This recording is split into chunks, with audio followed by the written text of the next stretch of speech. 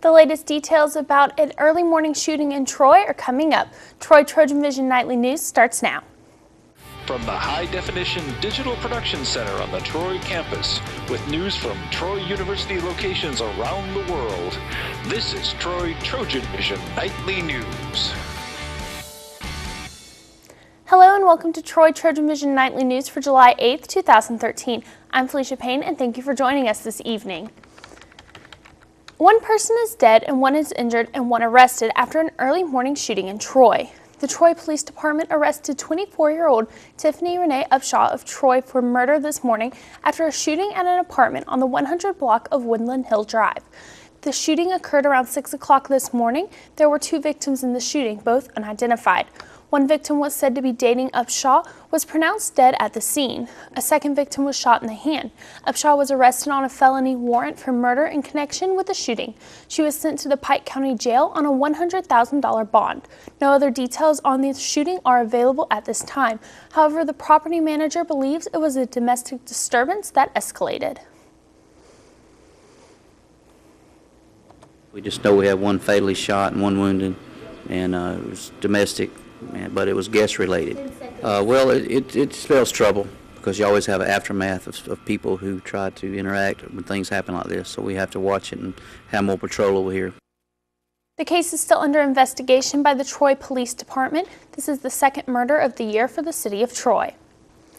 And classes started today for the StarTalk program on the Troy University campus. The program is designed to teach high school students a second language in 2 weeks.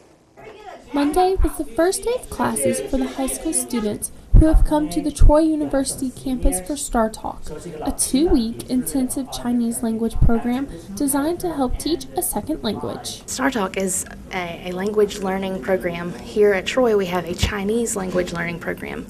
It's a national program. There are about 15 languages that are supported by the program. The United States government found the learning second language is very important for our students' future. So that's why we started to learn the second language, and we got funding. Students will be in classes all day for the next 2 weeks. They will have language classes to build their vocabulary and help them to learn to write Chinese, as well as have time each day to learn about the different aspects of the Chinese culture. Well, they do have formal language class. Right now, they are in classrooms learning Chinese, talking about what they will learn during this 2 weeks. But in addition to that language class, they also have cultural activities. They're learning martial arts, they're learning traditional dance. The 30 high school students who are at StarTalk have been divided into 2 different classes. One class is for students who have no previous Chinese experience and are learning it for the first time. And the other class is for students who have had Chinese in the past and are hoping to advance their skills. And the world is globalized now, so that students learn more languages and they have a more opportunity to find a job and to have a more chance to know other cultures. It's a really good point of pride for us that we have this program. It's a good way to bring people in so they can see Troy University and get to meet the people that are over our Confucius Institute here. We are Alabama's Confucius Institute, so it's Dr. Hawkins is really proud of this program. This is the second year that Troy has hosted a StarTalk student program for Chinese. And now taking a look at news from around the state. In Mobile, Carnival Cruise Line officials say a ship has been diverted from the Mississippi River in New Orleans to the Alabama Cruise Terminal after a tugboat sank on Saturday. Officials say the ship, named Carnival Conquest, arrived at the terminal Sunday afternoon at U.S. Coast Guard officials continue investigating the tugboat incident on the river. The ship is scheduled to leave Mobile around 4 o'clock this afternoon.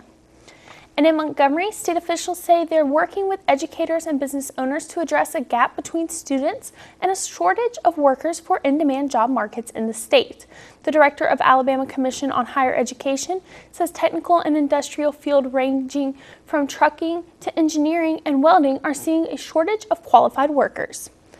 And in Athens, the largest nuclear plant in Alabama has been operating without a fully functioning fail-safe system. That's according to a Tennessee Valley Authority engineer and federal regulators. The engineer and regulators have warned problems at Browns Ferry have included a cooling pump that doesn't work and cooling lines sat blocked and unnoticed for years.